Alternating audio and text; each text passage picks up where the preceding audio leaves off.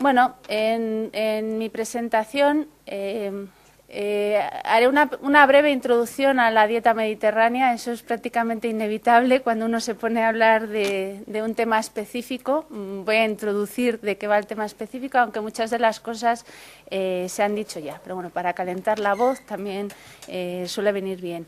Y luego me voy a centrar fundamentalmente en cómo es la dieta actualmente en Europa, incluyendo los países mediterráneos, y cómo ha evolucionado en los últimos años, que podemos disponer, hay datos para hacer una evolución prácticamente de 40 años, y luego pues me centraré en el caso específico de España como país mediterráneo y en el que estamos, para intentar pues al final llegar a la reflexión, si podemos entre todos, de cuánto de dietéticamente mediterráneos somos en realidad actualmente los países mediterráneos. Bueno, la dieta mediterránea, la verdad es que es una herencia cultural, sociológica que hemos recibido, impresionante. Geográficamente se debe... Bueno. Tampoco... Aquí. Geográficamente pues, se debe a la confluencia de 3 continentes, de Europa, de África, de Asia, que se intercambian. Un ambiente climatológicamente favorable, una situación sociológica también favorable para que desde la simplicidad, porque el esquema básico es muy simple, basado en una serie de grupos de alimentos cuya producción es favorable por las costumbres y la climatología de las zonas, y con ello pues se construyen una serie de patrones alimentarios muy variados, porque luego dentro de los países mediterráneos las recetas, la gastronomía es muy diferente, a pesar de que comparten una base común que además es en general muy simple. No sé qué problemas tenemos hoy aquí.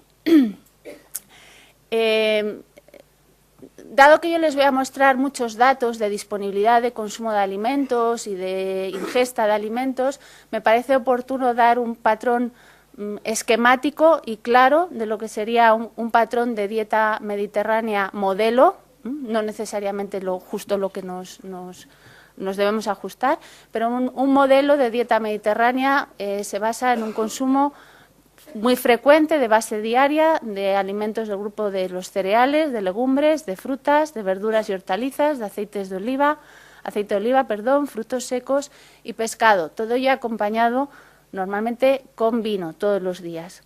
Un consumo moderado ya de frecuencia semanal de aves, huevos y lácteos, y un consumo raro, prácticamente de frecuencia mensual, de carnes de cerdo, ternera, cordero. Esto sería un patrón de dieta mediterránea.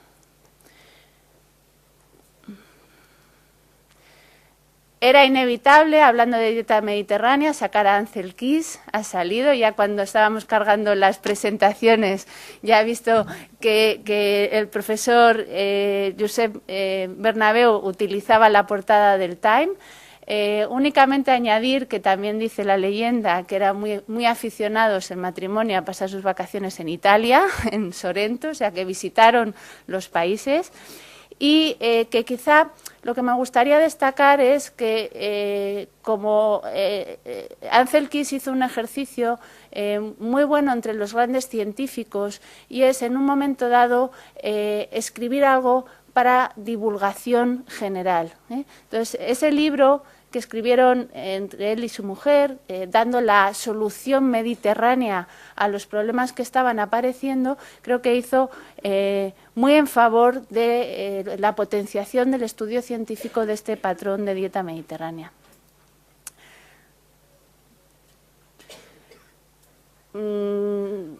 Con estas fórmulas, pues el patrón de dieta mediterránea se está utilizando y se viene utilizando desde hace tiempo como un modelo de patrón dietético saludable para la promoción de la salud. Bueno, ¿qué es lo que hacemos realmente inicialmente en Europa? ¿Cómo son nuestras dietas? En el año 2009 se publica un informe, consecuencia además de un programa financiado por la Unión Europea, que es el informe de Nutrición y Salud europeo, que se ha saltado una otra vez, es que esto va muy rápido. Bueno, liderado por el profesor Edmar Fa de la Universidad de Viena. Y bueno, el informe se elabora recopilando datos que estaban publicados o no previa autorización de los distintos países. Es decir, no recaba datos nuevos, sino que recopila todos los datos que están ya disponibles en los distintos países. Y en el informe o en el trabajo, en el proyecto, se pueden obtener distintos tipos de datos, fundamentalmente tendencias en la disponibilidad de alimentos en los distintos países, medidas a través de lo que son las hojas de balance de alimentos de la FAO, recogidas en la base de datos Fagostat. Este tipo de trabajos, esta metodología mide la disponibilidad de alimentos, es decir, se suma la producción de alimentos en una zona, la importación de alimentos, se restan los alimentos que se exportan, los alimentos que no se dedican a consumo humano porque se dedican a consumo animal o a semillas o manufacturas, y eso nos da los alimentos que el consumidor o que las personas tienen disponibles, no necesariamente lo que luego se van a comer, lo que tienen disponibles. También recoge datos de disponibilidad de alimentos en los hogares, ya en núcleos más pequeños, también utilizando las encuestas nacionales de presupuestos familiares que hacen en los distintos países y que están recogidas en la base de datos del proyecto DAFNE, que son encuestas de presupuestos familiares en un hogar, en una unidad definida como hogar. Se hace inventario de los alimentos que hay en un determinado periodo de tiempo, de las compras, de los regalos, y esos son los alimentos disponibles para la familia o la unidad que compone el hogar. Y también se incluyen datos de ingestas de alimentos en adultos, estos ya medidos a través de las distintas encuestas alimentarias, cuestionarios de frecuencia de consumo, recuerdos de 24 horas, etcétera, etcétera. Y esos van recogidas por la EFSA, por la Agencia Europea de Seguridad Alimentaria y Nutrición, y eso ya sí que, digamos, cuantifica lo que comen los consumidores. Y lo único que de este último aspecto solo tenemos datos de adultos de 16 a 64 años de edad. Bueno, en estos informes los países europeos se clasifican en 4 bloques, norte, sur, donde quedarían incluidos los países mediterráneos, central y este, y oeste. Por ejemplo, estos son datos de disponibilidad de alimentos en los hogares actual, son datos de 1999 a 2005, según los países que participan, y podemos ver la comparación entre las distintas zonas europeas. El sur, los mediterráneos, somos la tercera barra, la color gris rata. Entonces, seguimos destacándonos como la zona europea de mayor consumo en frutas. Seguimos destacándonos como la de mayor consumo en pescado y, si se fijan, en otros parámetros ya estamos más igualados. Por ejemplo, el consumo de cereales es más alto en la zona central y este de Europa. El consumo, está aquí, no puedo leer desde aquí, sí, de vegetales y legumbres también es alto en los países del sur, que lo caracteriza. Aunque aquí veremos que hemos sufrido un descenso importante, sobre todo en el consumo de legumbres. Y si se fijan, en el consumo de lácteos y derivados lácteos estamos ya muy similares a otras zonas de Europa, aunque sigue destacando el norte como principal productor y consumidor de productos lácteos. Y en el caso de las carnes, igualmente ya estamos a niveles muy similares a los del este y el oeste de Europa, e incluso por encima de los países del norte de Europa, que son los tradicionalmente más productores y consumidores de productos cárnicos.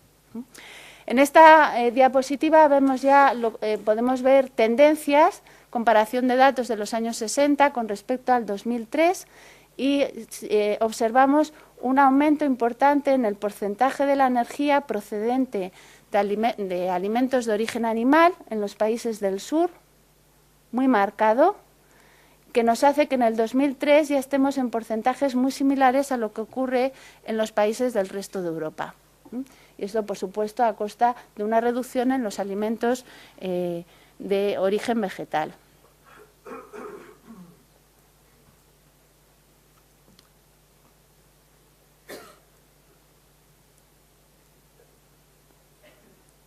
Bueno, no les puedo mostrar por razones informáticas la diapositiva anterior, pero bueno, la vamos a ir desarrollando posteriormente.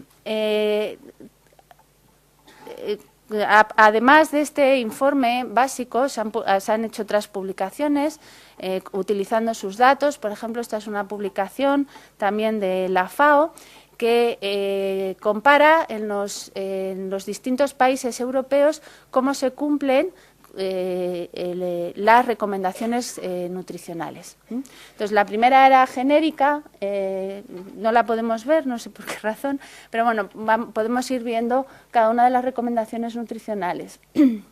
Aquí se incluyen 15 países europeos, dentro de los mediterráneos están Grecia, Italia y España, que en conjunto quedan aquí incluidos como mediterráneos, ¿no? Entonces, por ejemplo,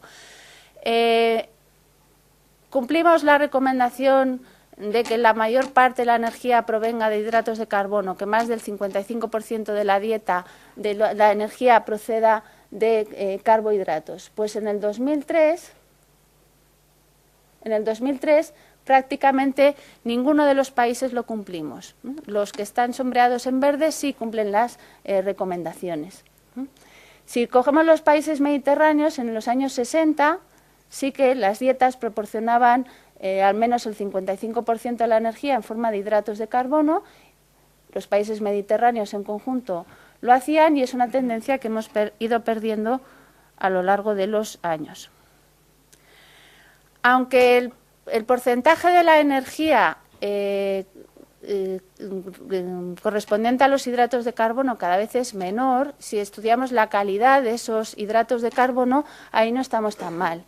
Por ejemplo, en cuanto a los azúcares simples, que no deban proporcionar más del 10% de la energía total, si observamos la última columna correspondiente a los datos más actuales, los países sombreados en verde serían los que cumplen esa recomendación, ¿eh? Y ahí nos seguimos encontrando los países mediterráneos en general, aunque no así otros países europeos.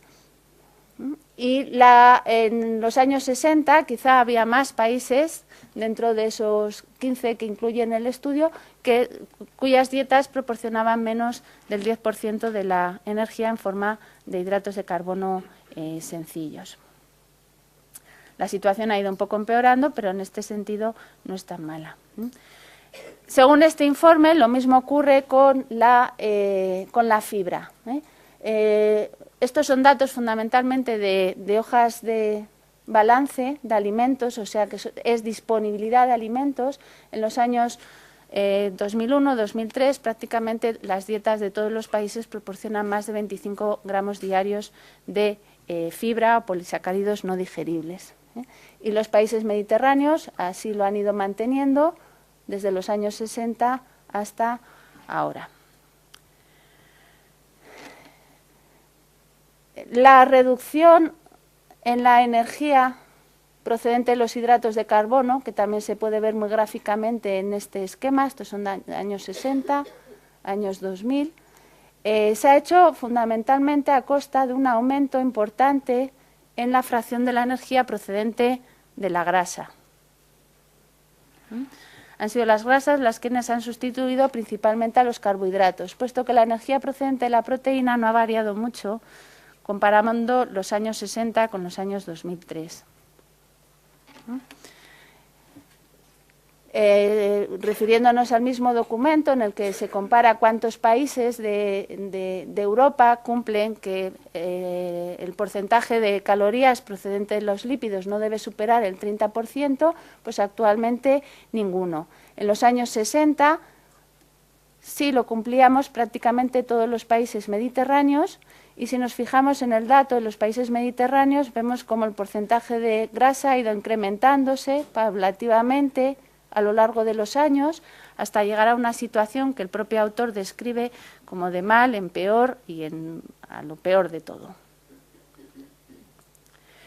El caso de los lípidos totales es controvertido, puesto que también, y ha surgido esta mañana, solemos decir o se recomienda que el porcentaje de grasa de la energía el porcentaje de la energía procedente de la grasa, puede alcanzar valores en torno al 35% siempre que esa grasa sea cualitativamente adecuada o siempre que la grasa que más se utilice en la dieta sea una grasa de tipo monoinsaturado como el aceite de oliva. Y esa es una recomendación que está bastante bien avalada en los distintos países. Entonces, utilizando como máximo el 35% no estaríamos en una situación tan negativa.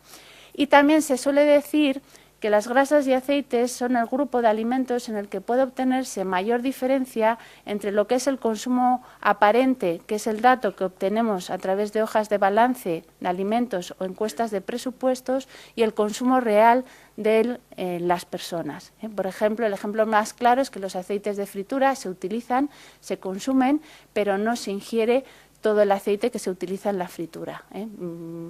Por lo menos en torno al 30% del aceite se desecha. De todas maneras, y aunque tengamos en cuenta estas consideraciones, la dieta en los últimos 40 años en los países europeos se ha modificado de forma notable en cuanto a la disponibilidad de algunos tipos de alimentos, y esos alimentos también son responsables del cambio o del distinto aporte de grasas en las dietas.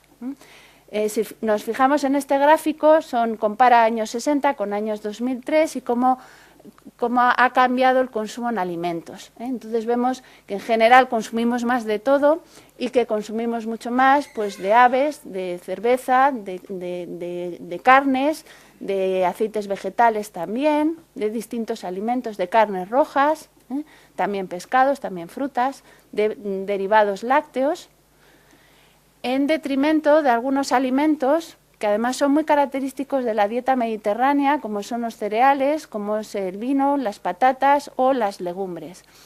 En esta parte de aquí tenemos alimentos que son en general más pobres en grasa, que son todos de origen vegetal y que han quedado relevados por otro. Luego también por otros aspectos. Luego gran parte de estos cambios en la elección de los alimentos es lo que ha motivado que las dietas europeas sean más grasas. Como dice el chiste, a lo mejor debemos volver más a los patrones más vegetarianos. La dieta mediterránea tiene mucho de vegetariano.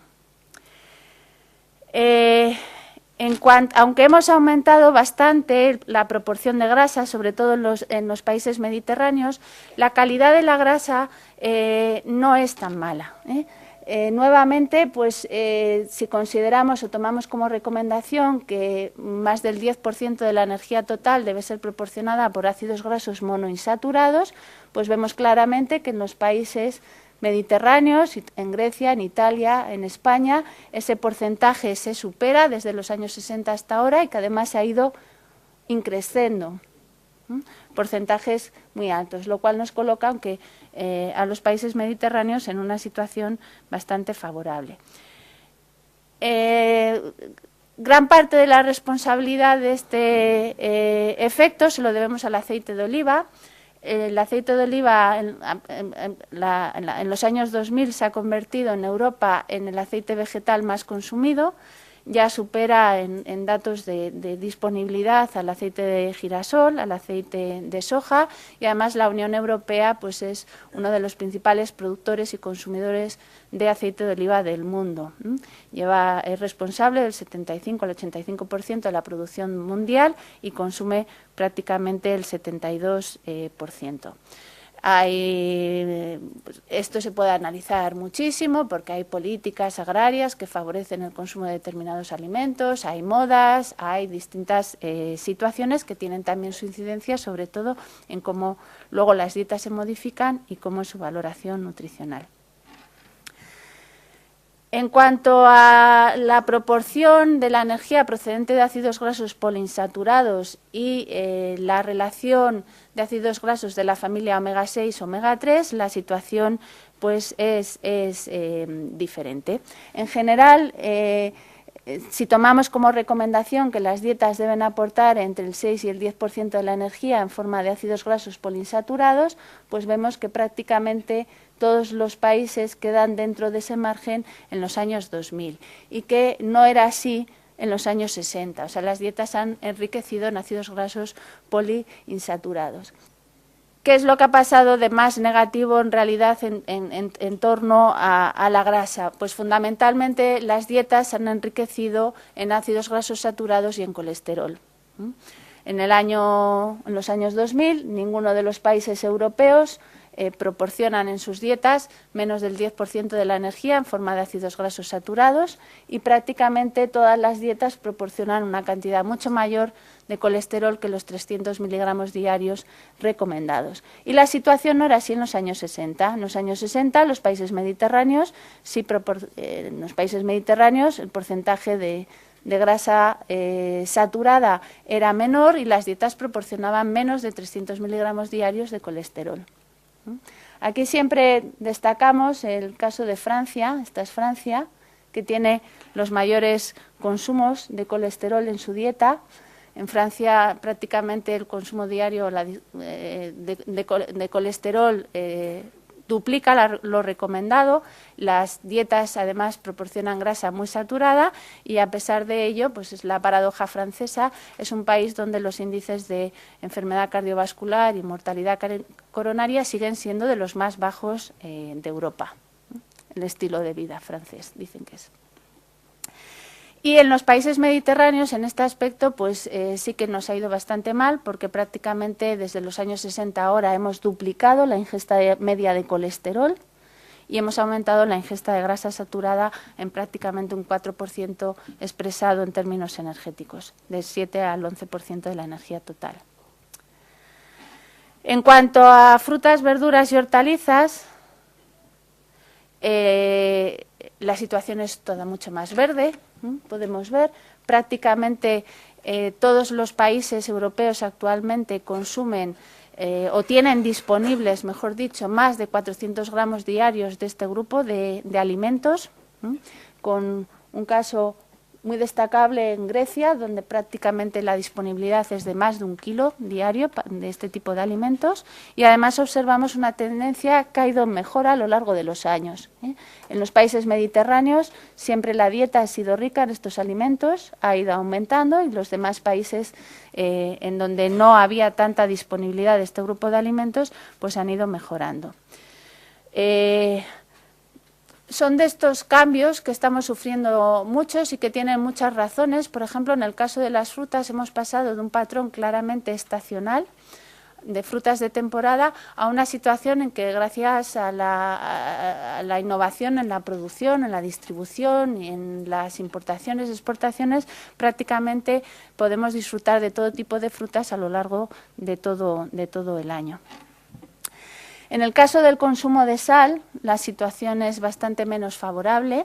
Las dietas europeas han enriquecido en sal, proporcionan en el año 2000 prácticamente todas ellas más de 2 gramos diarios de sal, superan el límite recomendado, y la situación no era así en los años 60 en la mayor parte de los países. Es una tendencia que además marcada en los países mediterráneos y que ha ocurrido también en otros países europeos.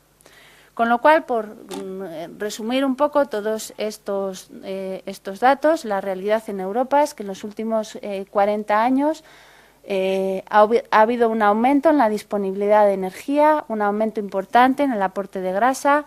Las dietas europeas contienen demasiada grasa saturada y colesterol, demasiada sal.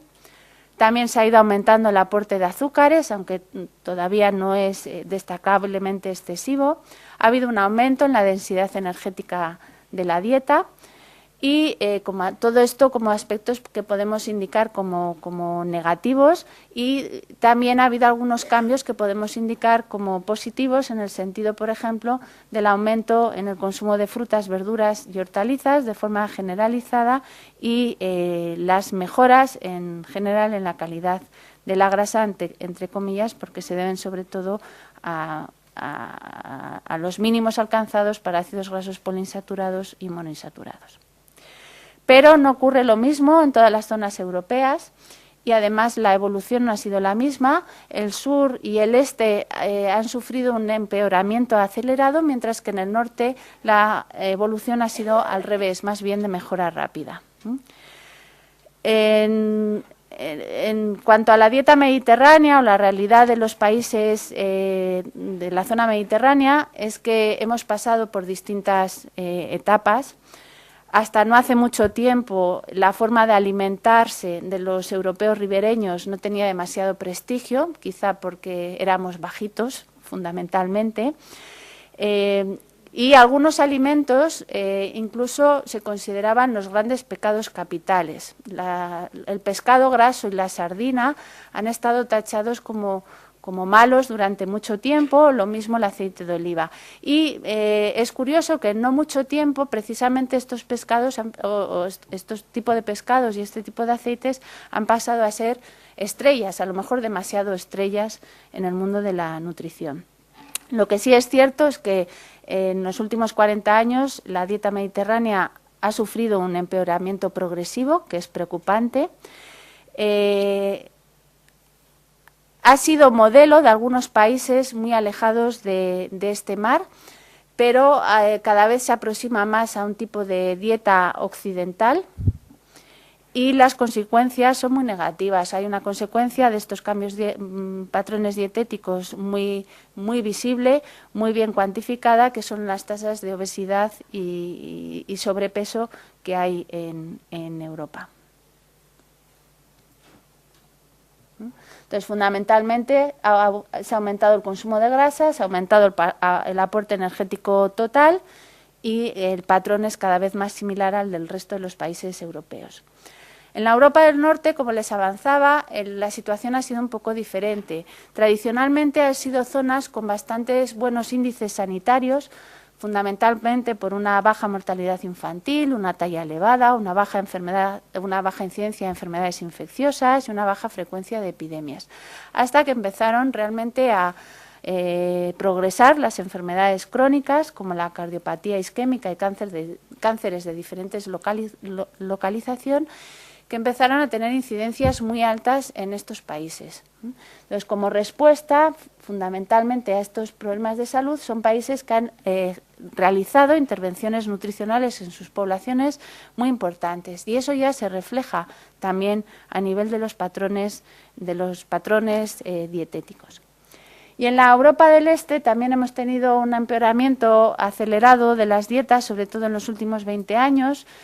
Quizá, algunos de los hechos históricos han mejorado la calidad de vida, pero sí han provocado un empeoramiento nutricional, haciendo fundamentalmente que los hábitos dietéticos se vayan tendiendo a consumir más alimentos ricos en grasa, sobre todo saturada, y ricos también en proteína de origen animal.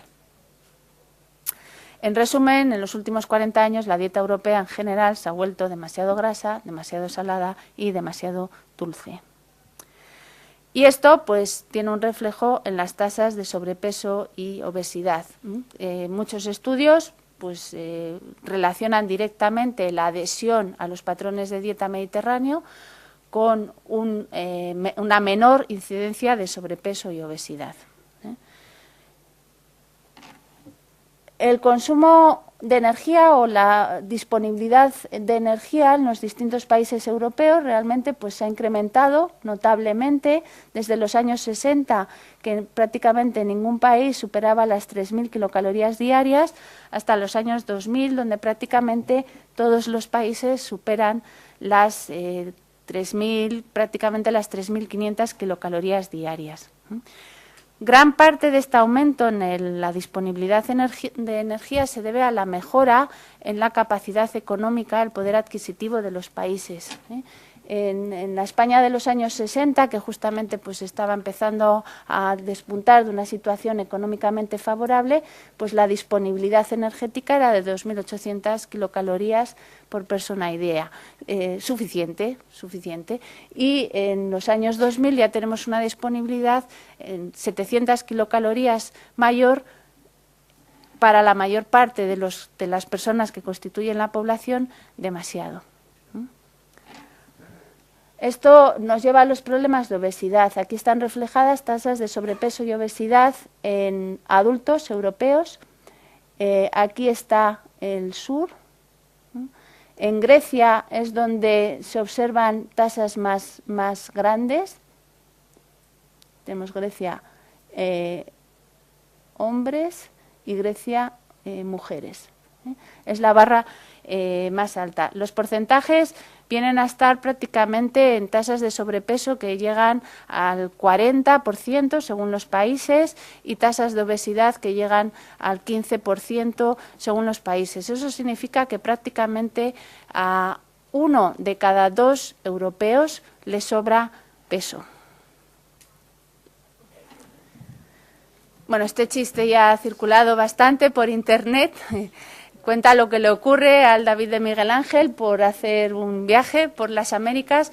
Yo le querría dar la vuelta a la tortilla y preguntarnos si dejamos al David de Miguel Ángel en Florencia, ¿podremos garantizar que mantenga su figura tal y como están cambiando los patrones dietéticos? Bueno, ¿y qué ocurre en España? Concretamente. Bueno, pues en España también tenemos algunas fuentes de información muy interesantes, como es el panel de consumo alimentario, que viene siendo elaborado por lo que era antes inicialmente el Ministerio de Agricultura, Pesca y Alimentación, hoy en día el MARM, y se ve haciendo desde hace más de 20 años.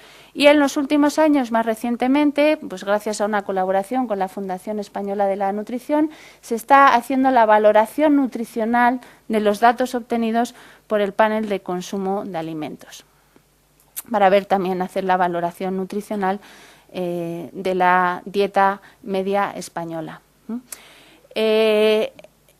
El panel de consumo utiliza pues también las encuestas de presupuestos familiares, se hacen en hogares, en instituciones y en servicios de restauración, y también miden, como les decía, la disponibilidad de alimentos de forma global, per cápita y día, en la población española. Entonces, no es exactamente lo que realmente consumen los españoles, pero sí nos permite establecer patrones de consumo alimentario a nivel estatal por comunidades autónomas según la situación demográfica, socioeconómica, estudiar también la evolución histórica.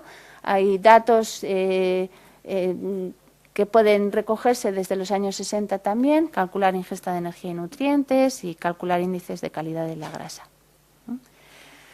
En el periodo comprendido entre el año 2000 y 2006, pues en este panel de consumo ya participan pues 6.000 a 8.200 hogares, lo cual es una muestra bastante importante, y se incluye toda la España peninsular, Islas Canarias, Islas Baleares. Y en cuanto a instituciones y restauración, pues incluye unos 1.500 establecimientos de restauración, 300 instituciones. De este trabajo, publicado pues por Varela Moreiras y colaboradores, se extrae lo que es el menú diario disponible para todos los españoles. Entonces, bueno, estos son año 2000, año actual. Tenemos una gran disponibilidad de verduras y hortalizas, en torno a más de 300 gramos diarios. Lo mismo ocurre con las frutas, lo mismo ocurre con la leche y los derivados. El consumo de bebidas alcohólicas es prácticamente de cuarto de litro, si asemejamos peso a volumen. Carnes y derivados, unos 214 gramos, cereales y derivados, perdón, unos 214 gramos diarios. También es bastante alta la disponibilidad de carnes y productos cárnicos, casi 180 gramos diarios, pescados y mariscos, unos 100 gramos diarios, aceites y grasas.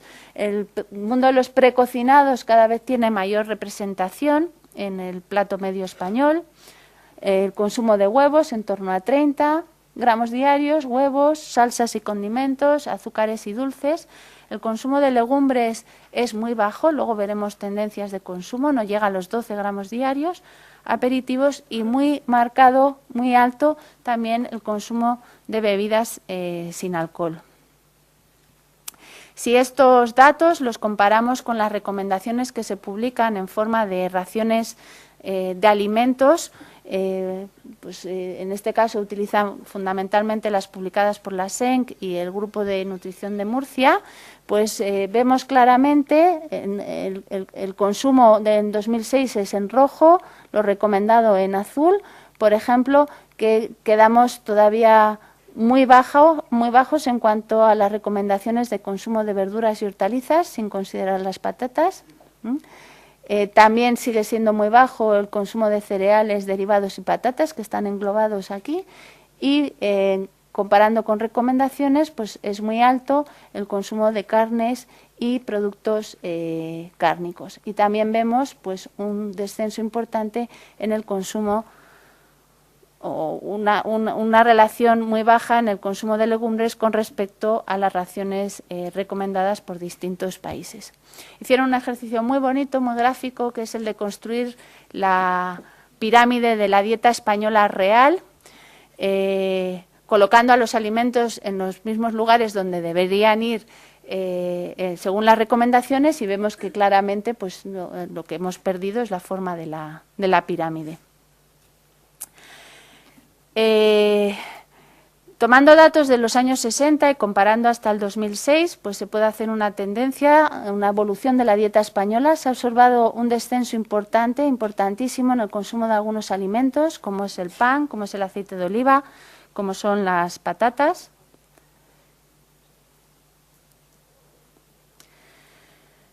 Prácticamente el grupo de cereales y derivados ha reducido su consumo pues, de más de 400 gramos diarios a poco más de 200 gramos diarios en el 2006. Los cereales y derivados siguen siendo la principal fuente de hidratos de carbono en la dieta, y hemos dentro del grupo pues ha descendido el consumo de muchos alimentos. Antes mencionábamos el pan, también el consumo de arroz es menor en la actualidad comparando con los años 60. Esta es la gráfica de evolución de consumo de pan del año 2000 al 2006, o sea que esa tendencia que vemos desde los años 60 se sigue manteniendo incluso en los años 2000, y cada vez es menor el consumo de pan blanco. Prácticamente estamos en unos datos de consumo de pan de 1/3 comparando con el consumo de pan de los años 60. También ha habido otras tendencias en distintos alimentos, por ejemplo, comparando años 60 con 2000 consumimos muchas más frutas, como ocurre en otros países europeos, más cereales y derivados también, más pescado y marisco, y se ha multiplicado prácticamente por 10 el consumo de bebidas no alcohólicas. El consumo de frutas se ha incrementado de manera notable, ya consumíamos bastantes frutas, ahora pues prácticamente más de 300 gramos diarios. Si comparamos con los años 60 se ha multiplicado por 2, y estas frutas son nuestro principal aporte de vitamina C en la dieta española. En el caso de las verduras y hortalizas, separado de las frutas, el consumo no ha cambiado de forma notable, salvo para el caso de las patatas. En el caso de las patatas sí que ha habido un notable descenso en el consumo. En los años 60 era aproximadamente de 300 gramos por persona y día, y hemos pasado a menos de 1/3, 94 gramos por persona y día. Hemos pasado de las patatas con los platos a base de patatas con un poco de algo más a mucho de algo más con una guarnición prescindible de patatas. Muy marcado es también la disminución en el consumo de legumbres. Nuevamente este gráfico refleja solo lo ocurrido en los años 2000, y vemos que prácticamente se ha descendido notablemente, y esto ha tenido también su repercusión, por ejemplo, en el aporte de fibra, que realmente, bueno, pues según los datos de este estudio, está por debajo de los 25 gramos diarios recomendados. En el caso de las carnes, pues ha habido un incremento importante en el consumo de carnes. Estamos en 179 gramos diarios por persona y día de carnes y derivados. De estas carnes, la que más se consume sigue siendo el pollo, es el pollo, las carnes tipo blancas, y además el consumo pues supera el del 64, el año 64, en prácticamente un 300%, es un incremento importante. Y paradójicamente el consumo de carne en España ya supera el consumo de carne, tal y como describe en la red Daphne, de otros países tradicionalmente carnívoros, como pueden ser pues Irlanda, Noruega o Reino Unido. El consumo de pescado y marisco es bastante elevado también, y 100 gramos diarios por persona y día, y muestra una tendencia a la alza comparando con datos de los años 60. Seguimos consumiendo un porcentaje importante de pescado graso, casi el 50%, y la dieta española en general aporta una cantidad de ácidos grasos omega 3 adecuada. Sin embargo, los de cadena larga, eicosa pentanoica y docosa hexanoico, que deben suponer también pues un mínimo de entre un 0,25 y un 0,5% de la energía total, sigue estando por debajo de lo recomendado. Y el problema que ya describía antes en general para los países europeos es que la relación omega 6 omega 3 está alejada de lo recomendado, que suele estar en torno a 4 o 5 veces, estamos en torno a 16 veces, una recomendación que en realidad, bueno, pues no sabemos cuánto de real puede tener. El consumo de bebidas alcohólicas ha descendido en los últimos años, ya ha salido un poco este tema en el coloquio. En los años 60 éramos principalmente consumidores de vino. En el 2006 la bebida alcohólica de mayor consumo es la cerveza, y también ha cambiado el patrón de consumo. Ahora el 70% del consumo de bebidas alcohólicas se hace fuera del hogar, y antes no era así. Y como ya les mencionaba antes, el consumo de bebidas no alcohólicas, refrescantes y agua mineral prácticamente se ha multiplicado por 10. En el consumo de lácteos hemos sufrido un aumento importante desde los años 60 a los años 2000, pero sin embargo de los años 2000 hasta el 2006 en realidad la tendencia es a la reducción, aunque el consumo de lácteos sigue siendo bastante alto, por encima de los 300 gramos diarios. En aceites y grasas, culinarias, se ha mantenido estable el consumo en los años 2000, aunque ha habido una reducción si comparamos con los años 60, que es muy marcada sobre todo para el aceite de oliva. El aceite de oliva consumimos prácticamente la mitad de lo que consumíamos en los años 60. De todas maneras, la mayor parte de las grasas que utilizamos en España siguen siendo de origen vegetal y en su mayor parte de aceite de oliva. En Grecia, en realidad, se consume una mayor proporción de los aceites y grasas consumidos son de origen vegetal. Margarina y mantequilla no aportan una cantidad importante de energía en una gran proporción, dentro de lo que es el grupo de aceites y grasas, no supera el 7%. En otros países más clásicamente consumidores de este tipo de grasas, pues quizá el 15% del total de los aceites y grasas son mantequilla por sí sola. Bueno, esto es en términos absolutos, vamos a verlo en forma de perfil calórico, que yo creo que se ve mejor. Si comparamos cómo ha evolucionado nuestra dieta en cuanto al aporte de macronutrientes a la energía, la barra de arriba sería lo recomendado, la barra de abajo, lo de los años 60 hasta la actualidad. Pues vemos lo que estamos viendo en muchos países. Ha habido un detrimento importante en la energía procedente de los hidratos de carbono, fundamentalmente a expensas de un aumento en la energía aportada por las grasas. El perfil lipídico de la dieta española pues, sigue aportando gran parte de ácidos grasos monoinsaturados, aunque el crecimiento en porcentaje de los ácidos grasos saturados y poliinsaturados está haciendo pues, una reducción en lo que suponen para la energía los ácidos grasos monoinsaturados. Aún así, los índices de calidad de la grasa siguen en España, siguen estando dentro de lo recomendado en cuanto a la proporción de los distintos tipos de ácidos grasos saturados. Y en cuanto a vitaminas y minerales, pues también pues, podemos destacar, por ejemplo, que nuestra dieta es muy rica en vitamina C, la raya verde marcaría el 100% de la ingesta recomendada. Nuestras dietas son pobres en ácido fólico, son ricas también, por ejemplo, en fósforo y yodo, se quedan pobres en zinc y se quedan pobres en hierro, sobre todo para las mujeres. Bueno, esto lo voy a pasar un poco. Si me disculpan porque veo que me... En este trabajo también se mide la adecuación de la dieta española a la dieta mediterránea por distintos índices. El índice de dieta mediterránea propuesto por NOPS da una puntuación según cómo es el consumo de distintos tipos de alimentos y la dieta es tanto más mediterránea cuanto más se acerque al 9, que sería la puntuación máxima. En este estudio pues queda que la dieta española del año los años 2006 obtiene un 4 sobre 9, suspenso.